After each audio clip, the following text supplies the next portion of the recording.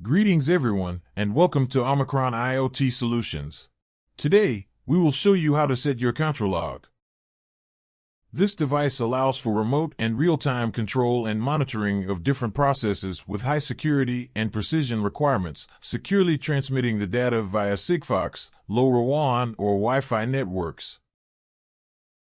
We can see that the Kontrolog has a mobile flange on the reverse side. This allows it to be easily and securely attached to a mounting rail.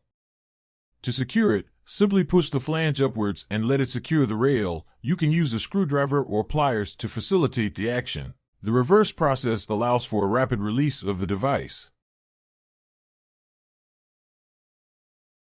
And that's it. Using the Kontrolog is as easy as that.